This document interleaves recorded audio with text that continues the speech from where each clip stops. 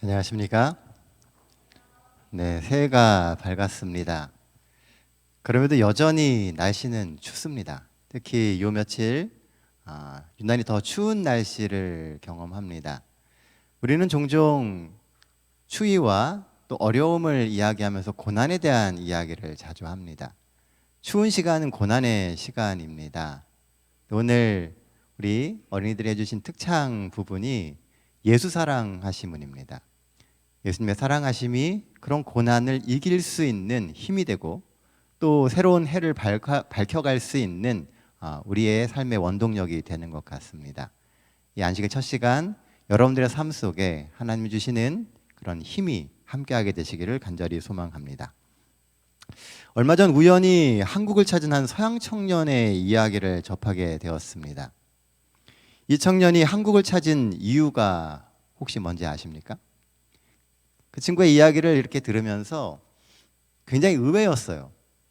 보통 한국을 찾으면 사람들이 하게 되는 이야기가 뭐 문화적인 것을 체험한다든지 K-팝을 만난다든지 뭐 이런 얘기를 할 줄 알았는데 그 친구가 한국을 찾은 이유는 템플 스테이를 하기 위해서랍니다.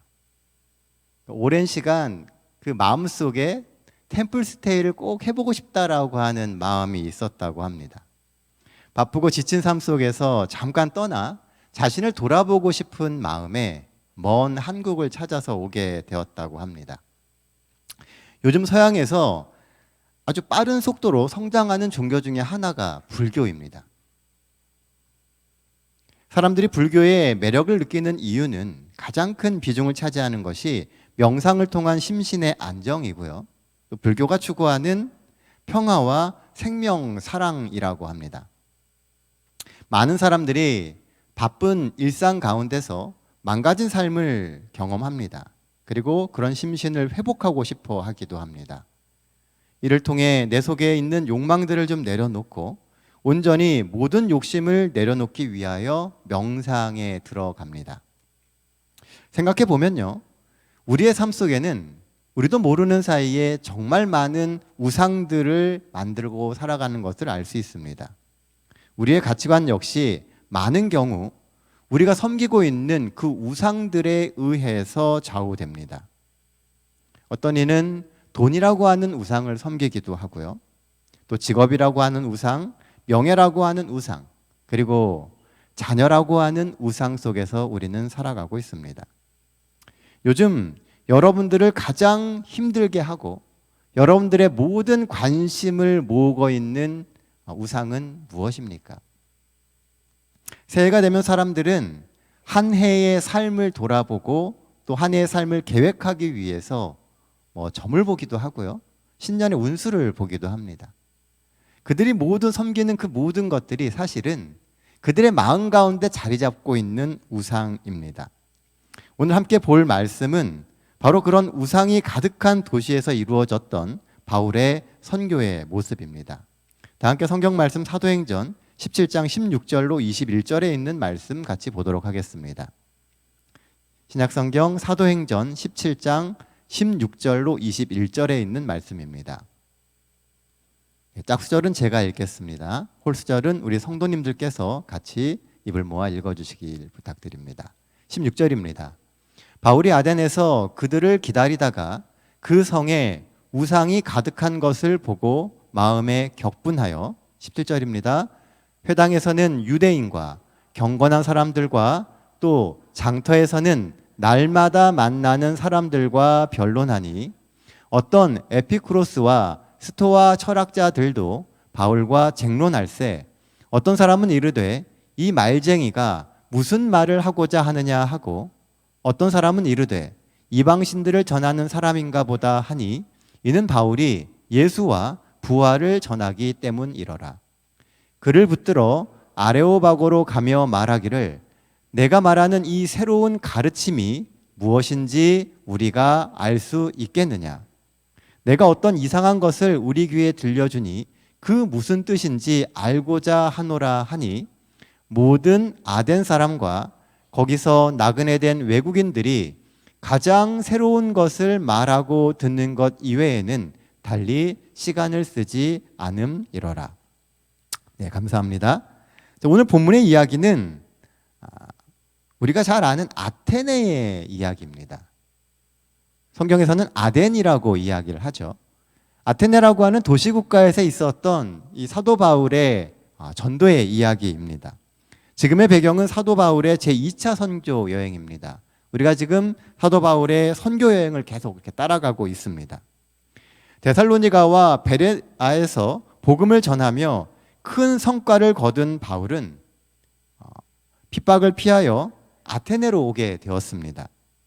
아테네는 BC 5세기 이래로 유럽의 그 어떤 도시보다 중요하고 영향력이 있는 도시국가였습니다. 비록 그리스가 망하고 로마가 그 땅을 차지했지만 아테네는 여전히 온 로마에 지적인 영향력을 끼치고 있었고, 또한 철학을 바탕으로 한 그 지적 영향력으로 그 누구보다 자유로운 삶을 누리고 있었습니다. 이 도시는 예술, 문화, 웅변이 성행했고요. 정치적으로는 민주주의의 요람이었습니다. 심지어는 그 유명한 폭군 네로까지도 이 아테네에는 손을 대지 않았다고 합니다. 그 정도로 모든 면에 있어서 우수하고 발달하고 왕성했던 곳이 바로 아테네였습니다. 그 중에서도 이 아테네는 종교와 철학의 중심지였습니다. 우리가 잘 알고 있는 소크라테스, 플라톤, 아리스토텔레스, 이런 사람들이 다 이 아테네를 중심으로 그들의 철학을 펼치던 사람들입니다. 하지만 이렇게 철학과 지식이 발전한 만큼 그만큼 그 도시에는 우상 또한 많이 존재했었습니다.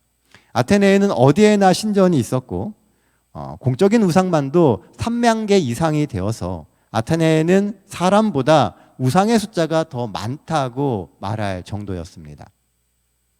지식이 늘어나면 늘어갈수록 이상하게 우상이 점점 많아지더라는 것입니다. 지식은 사람들이 똑똑하다는 것을 의미합니다. 하지만 그런 사람이 늘어나면 늘어날수록 그 세상에는 더 많은 우상들이 존재하더라는 것이죠. 오늘 본문 16절 말씀에도 보면 온 성에 우상이 가득한 것을 보고 마음이 격분했다라고 성경은 기록합니다. 철학을 통한 지적 자부심이 아주 충만해 있었지만 정작 종교에 대한 그런 연구와 논쟁은 그들이 얼마나 영적으로 안정되지 못했느냐를 보여주는 한 단면이었습니다. 지식은 많지만 그들의 마음 가운데 온전한 신이 존재하지 않는다는 겁니다.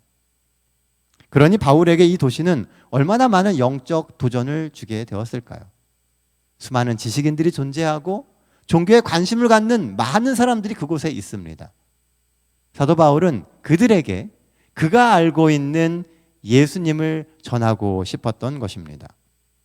오늘 본문은 그런 배경 가운데서 일어났던 사건에 관한 이야기입니다.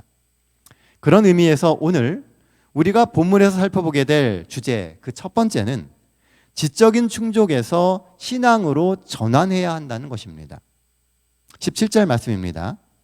회당에서는 유대인과 경건한 사람들과 또 장터에서는 날마다 만나는 사람들과 변론하니. 아테네는 지적 호기심을 자극할 많은 것들이 있었습니다. 사람들은 서로 토론하고 논쟁하며 살았습니다. 그들이 생각하고 그들이 깨닫고 그들이 궁금해하는 그것들을 서로 이야기하며 사는 것이 그들의 삶의 전체였다는 것이죠. 사실 바울 역시도 회심하기 전까지는 헬라 철학과 히브리 종교를 철저하게 배운 사람이었습니다. 바울이라고 그들과 토론하며 자신의 지식을 성장시키고 또 이미 그가 깨달은 그 것들을 자랑하고 싶은 유혹이 없었을까요? 공부를 많이 한 사람들은요, 자신이 공부한 내용을 말하고 싶어 합니다. 자신이 깨닫고 자신이 발견한 그 이야기를 하고 싶어 하는 것이죠. 그리고 사람들과 토론하는 것을 대부분 즐깁니다. 아테네에서의 바울의 전도는 바로 사람들의 그런 지적 호기심에서 출발했습니다. 방금 읽은 17절 말씀에 보면 바울은 날마다 만나는 사람들과 변론했다라고 기록합니다. 서로 믿는 바를 이야기하고 그것이 그러한가 서로 상고해 보는 겁니다. 때로는 논리적으로, 때로는 신앙심을 가지고 계속 서로 토론합니다. 회당에서는 유대인과 토론하고 광장에서는 아테네인들과 토론합니다. 그 토론의 주제는 누구였을까요? 예수 그리스도입니다. 사도 바울은 온전히 예수 그리스도를 전하기 위해서 그가 있는 그 어떤 곳에서든지 예수님에 대한 이야기를 토론했던 겁니다. 그러나 이야기를 하면 할수록 사람들의 관심은 예수를 믿는 그 믿음을 향해 가는 것이 아니라 지적인 충족에만 초점이 맞춰져 있는 겁니다. 머리로는 인정하면서도 여전히 우상 숭배에 몰두하고 정작 삶의 실천과 변화는 일으키지 않는 겁니다. 그게 지식만을 추구하는 사람들의 한계입니다. 많은 사람들이 예수님에 대한 이야기를 들어요. 그런데 그 들은 이야기를 지식의 수준에서 늘 멈추려고 한다는 겁니다. 왜냐하면 그 말씀을 실천하는 삶은요, 내 삶의 방향을 바꾸는 것을 의미하는 것이고 내가 마음속으로 가지고 있는 그 생각들을 버려야 한다라고 하는 것을 의미하는 것이기 때문입니다. 그래서 사도 바울은 그 마음이 격분했다고 성경은 기록합니다. 우리 역시 세상이 죄악과 우상으로 가득한 것을 보면서 하나님을 위한 의로운 분노를 느껴야 하지 않겠습니까? 하지만 요즘 우리의 마음은 그런 거룩한 분노와 영적 도전에는 점점 무뎌지는 것 같습니다. 문득 지나가는 모든 사람들이요, 너희에게는 관계가 없는가? 나의 고통과 같은 고통이 있는가 볼지어다. 여호와께서 그의 진노하신 날에 나를 괴롭게 하신 것이로다 라고 기록한 예레미야 애가의 말씀이 떠올랐습니다. 옆을 지나가는 사람들을 보면서, 교회 밖의 사람들을 보면서 그들이 정말 나하고 관련 없는 사람인지, 정말 저 교회 밖의 사람들이 나와는 상관없는 사람들일까요? 저들에게 복음을 전하고 그들의 심령을 깨우쳐서 하나님께 돌이켜야 할 사람은 과연 누가 되어야 할까요?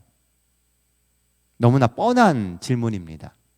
하지만 그 이야기는 늘 우리가 마음속에 간직해야 되고 우리의 삶에서 던져야 할 질문이기도 합니다. 더 이상 호기심과 지적 만족감에 머물 것이 아니라 실제적인 삶을 바꾸는 신앙으로 저들의 삶을 전환시켜 줘야 합니다. 그게 바울의 사명이었고 또한 오늘을 사는 우리의 사명이기도 합니다. 하나님께서 우리에게 그런 사명을 주신 것을 믿으십니까? 만약 여러분들이 그런 확신이 있다면 정말 그런 사명대로 살게 되시기를 바랍니다. 복음을 나눠줘야 할 곳을 향해 나아가십시오. 내가 할 수 있는 사역을 찾아서 우리가 하나님의 도구가 되어야 하지 않겠습니까? 하나님이 우리를 통해서 마지막 시대의 역사를 이루실 수 있도록 하나님의 손에 잡힌 선한 도구로 여러분들의 삶을 드리게 되시기를 간절히 소원합니다. 본문에서 살펴보게 될 두 번째 주제는 우상을 깨야 예수가 산다라고 하는 부분입니다. 우리가 사는 이 사회의 가장 큰 문제가 뭐라고 생각하십니까? 여러분들이 2023년 새해가 열리면서 한 해의 계획을 세우실 때 가장 큰 문제가 뭐라고 생각하십니까? 새해 계획을 세우셨나요? 한 해의 계획을 세우시면서 여러분들이 그 계획을 이루어가는데 가장 큰 문제가 되는 것이 무엇입니까? 저는 지금 우리의 마음을 사로잡고 있는 우상이라고 생각합니다. 사람들은 다 욕심이 있습니다. 이루고 싶은 것이 있고 또 되고 싶은 모습이 있어요. 그것을 이루어가기 위해서 계획들을 세우는데 결국 그 모든 것들이 내 삶의 목적을 잃어버리게 만든다는 겁니다. 이 시대의 최고의 우상은 뭐니 해도 돈입니다. 더 정확하게 말하면 돈이면 다 된다라는 생각을 갖는 물질 만능주의입니다. 돈이 있으면 모든 것을 해결할 수 있다는 생각. 그래서 믿음을 갖고 살면서도 여전히 하나님보다는 돈이 조금 더 우선되는 삶의 패턴입니다. 믿음의 길, 신앙의 길을 먼저 선택하기보다는 나에게 조금 더 이익이 되는 그 어떤 길을 선택하는 것이 더 지혜로운 것처럼 여겨지는 이 교육과 사고방식의 변화라고 하는 것입니다. 이게 다 물질 만능주의의 현상입니다. 또한 지식 만능주의도 문제입니다. 더 나은 기술을 개발하고 미지의 영역을 개척하는 것이 인류의 미래를 여는 길이라는 생각들을 사람들이 갖고 있습니다. 그래서 세상을 향해서 더 많은 것을, 새로운 것을 연구하려고 하고 우리에게 허락되지 않은 그 영역까지도 우리가 알려고 하는 그 순간 사실 우리의 삶은 조금씩 무너지는 것입니다. 그럴수록 세상은 더욱 흉악해지고 있고 사람들 속에 깃들어 있는 하나님의 형상은 점점 파괴되어 가고 있습니다. 그런 면에서 보면은요, 이 사단은 굉장히 우리의 삶에 깊숙한 곳까지 들어와 있다는 것을 알 수가 있습니다. 오늘 우리가 보게 되는 이 본문에 나오는 아테네도 그랬던 것 같습니다. 오늘 본문에 보면 아테네에서 바울이 가장 먼저 복음을 전했던 곳은 유대인의 회당이었습니다. 34절 말씀에 보면 그 아테네에서 회심했던 대표적인 사람들의 명단이 이렇게 나옵니다. 34절 말씀입니다. 몇 사람이 그와 가까이하여 믿으니 그 중에는 아레오바고 관리 디오누시오와 다말이라 하는 여자와 또 다른 사람도 있었더라. 여기 보면요, 좀 이상한 점이 하나 있습니다. 바울은 제일 먼저 회당에서 복음을 전했는데 이상하게도 이 명단에는 유대인이 단 한 명도 없습니다. 이미 훌륭하고 다 회심했기 때문에 유대인들의 이름이 없을까요? 저는 아니라고 봅니다. 다 회심했다면 17절의 말씀처럼 회당에서 유대인들과 변론할 이유가 없었겠죠. 도리어 회심한 사람이 단 한 명도 없었기에 명단에 없다는 것이 더 타당하지 않을까요? 아테네에 살면서 대부분의 유대인들은 그들의 사고방식이 아테네적으로 바뀌어졌던 것입니다. 현 시대를 보면요, 유대인을 묘사할 때 똑똑한 민족 그리고 잘 사는 민족으로 묘사합니다. 세계에서 노벨상을 가장 많이 받은 민족이면서 유대인이 돈을 풀지 않으면 세계 경제가 마비된다고 할 만큼 엄청난 부를 가지고 있는 민족이 또한 유대 민족입니다. 그러다 보니 많은 이 글들에서요, 모든 유대인들이 다 그런 것은 아니지만 많은 경우 유대인들은 돈밖에 모르는 수전노로 묘사를 합니다. 물론 일반화의 오류일 수 있습니다. 하지만 아테네에 살던 많은 유대인들 역시도 하나님을 섬기고는 있었지만 정작 그들의 마음 중심에는 하나님보다는 물질이나 성공이 더 많은 자리를 차지하고 있었던 것입니다. 그래서 하나님의 복음을 접하면서 그 말씀대로 삶을 바꾸기보다는 이미 그들이 차지하고 있는 그 삶의 자리와 그 영역을 지켜가는 것이 더 중요했다는 것입니다. 이것이 비단 아테네에 사는 유대인들만의 문제일까요? 오늘날 우리도 같은 우상에 빠져 있지는 않습니까? 우리는 기도를 하며 우리의 필요를 이야기하고 우리의 성공과 안녕을 기도합니다. 하지만 우리의 삶의 많은 부분은요, 하나님이 원하시는 삶, 하나님이 가라고 하시는 그 삶에서는 조금씩 멀어지거나 아니면 주저하는 모습들을 보게 됩니다. 그러고 보면 사단은요, 우리의 삶을 정말 잘 움켜쥐고 있습니다. 돈이 없으면 못 사는 세상을 만들고 하나님보다 돈으로 모든 것이 평가되는 세상을 만들어냈습니다. 또한 사람들 속에 교묘히 심어놓은 그 욕심을 통해서 서로를 미워하고 서로 경계하는 풍토도 만들어냈습니다. 얼마나 많은 사람들이 돈을 숭배하고 사랑하며 거기에 빠져 있는지 모릅니다. 그런 면에서 보면 사도 바울의 삶은 이와 참 대조적입니다. 바울은 이미 최고의 지식을 가지고 있었고 가말렐이라고 하는 선생님 밑에서 당시 최고의 교육도 받았습니다. 게다가 가문도 좋아서 로마의 시민권을 가지고 있습니다.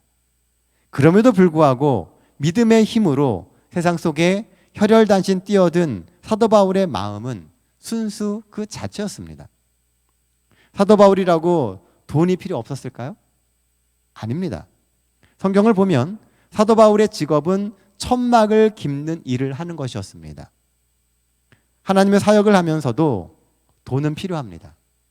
그러나 그 돈의 노예가 되지 않기 위해서 번 돈으로 하나님의 일을 위해서 사용했습니다. 하나님이 오늘 우리에게 원하시는 것은 돈을 안 버는 것이 아니라 돈의 노예가 되지 않는 것입니다. 공부를 하지 않는 것이 아니고요. 지식을 쌓지 않는 것이 아니고 쌓은 그 지식의 노예가 되지 않아야 된다는 겁니다. 많이 버십시오. 그리고 그렇게 벌어들인 많은 돈을 하나님의 사업을 위해서 쓰시기를 부탁드립니다. 우리의 재물이 하나님의 사역을 통해서 복음을 확장시키는 수단이 되게 하십시오. 오늘 아테네 사람들에게 전해져야 할 가장 중요한 기별은 실천하는 신앙이었습니다. 물질주의라는 우상에서 벗어나 믿는 대로 실천하고 자기를 희생하며 하나님의 동역자가 되는 신앙 생활입니다. 역사를 보면 로마 시대, 특히 아테네를 비롯한 주요 도시국가의 타락상은 그 상상을 초월합니다. 원형 경기장에서 맹수들과 사람이 싸우는 것을 구경하고 온갖 성적 타락이 난무했던 중심지가 아테네입니다. 왜일까요? 돈의 가치가 사람의 가치를 뛰어넘고 실천되지 않는 허망한 지식이 그들의 삶을 가득 채웠기 때문입니다. 사랑하는 성도 여러분, 오늘 우리의 손에는 무엇이 들려 있습니까? 오늘 우리에게 주어진 하나님을 아는 지식은 하나님을 위해 쓰여지고 있습니까? 오늘 하나님이 우리에게 맡겨주신 재물은 얼마나 많은 영역에 있어서 하나님을 위해 쓰여지고 있습니까? 부디 우리의 신앙이 하나님을 아는 것에 머물지 않고 하나님을 경험하는 신앙으로 나아가길 원합니다. 그래서 바울처럼 확실한 신앙의 목표를 갖고 살게 되는 우리 모든 대학교의 성도님들 되시기를 간절히 기도합니다. 오늘 본문을 보면 사도 바울은 이렇게 우상이 만연한 아테네에 그 우상을 이길 수 있는 방법을 가르쳐 줍니다. 18절 말씀입니다. 어떤 에피쿠로스와 스토아 철학자들도 바울과 쟁론할세 어떤 사람은 이르되 이 말쟁이가 무슨 말을 하고자 하느냐 하고 어떤 사람은 이르되 이방신들을 전하는 사람인가 보다 하니 이는 바울이 예수와 부활을 전하기 때문이로라. 민주주의와 문화와 철학의 중심지라는 대단한 자부심을 갖고 있는 이 아테네는 사실상 죽은 도시였습니다. 경제적으로 부유하고 철학과 과학이 발전했다고 희망이 있는 도시가 아닙니다. 가장 많은 것을 알고 있고 가장 많은 것을 소유했다 그래서 그곳이 모든 곳의 요람은 아니라는 것입니다. 오늘날 과학이 발전하고 나라는 점점 부유해집니다. 그래서 우리의 삶이 더 희망적이 되었습니까? 예수가 없는 곳에는 희망이 없습니다. 환경이 우리의 삶에 희망을 주는 것이 아니라 믿음이 우리의 삶에 희망을 줍니다. 그렇기 때문에 바울이 아테네에서 참 생명이신 예수님과 그분의 부활을 전하는 것은 매우 적절한 것이었습니다. 어려울 때일수록 정면 돌파해야 합니다. 세상을 이기는 힘은 믿음으로 정면 돌파하는 겁니다. 2023년 여러분들이 세우시는 그 모든 계획이 믿음으로 정면 돌파하는 계획들이 되시기를 바랍니다. 생명의 구주이신 그리스도와 그분의 부활을 믿는다면 우리의 삶에 있는 모든 우상들은 극복될 수 있습니다. 물질이 우상인 사람들은 늘 더 많은 것을 소유하려고 합니다. 그러나 우리가 하나님을 믿는 신앙을 갖는다면 이제는 하나님께서 나에게 맡겨주신 그 물질을 어떻게 사용할 것인가를 생각하게 될 것입니다. 그래서 이제는 물질의 노예가 아니라 물질에 대한 올바른 관리자가 되는 것입니다. 하나님이 태초부터 사람들에게 주신 역할은 관리자입니다. 하나님이 내게 주신 것을 관리하는 관리자, 다른 말로 청지기입니다. 하나님만이 우리가 섬길 유일한 대상이십니다. 하나님만 예배해야 다른 유혹을 이겨낼 수 있습니다. 창조주 하나님께서 우리를 만물의 관리자, 다스리는 자로 세우셨음을 기억하십시오. 이 안식일 우리를 붙드는 모든 우상을 내려놓을 수 있는 용기가 우리에게 임하게 되기를 소원합니다. 안식일의 시간 속에서도 차마 떨치지 못한 우상이 무엇인지 생각해 보십시오. 우리의 생각 속에서 여전히 우리를 붙드는 모든 고민과 두려움의 우상을 이 시간 하나님께 드리게 되시길 바랍니다. 이 시간은 하나님의 시간입니다. 하나님이 모든 것을 다 이루실 겁니다. 부활하신 예수님을 믿으며 이 안식일 삶의 새로운 희망과 소원을 이루실 하나님만 바라보시는 우리 대학교의 모든 성도님들 되시기를 기도하며 오늘 말씀 마치도록 하겠습니다.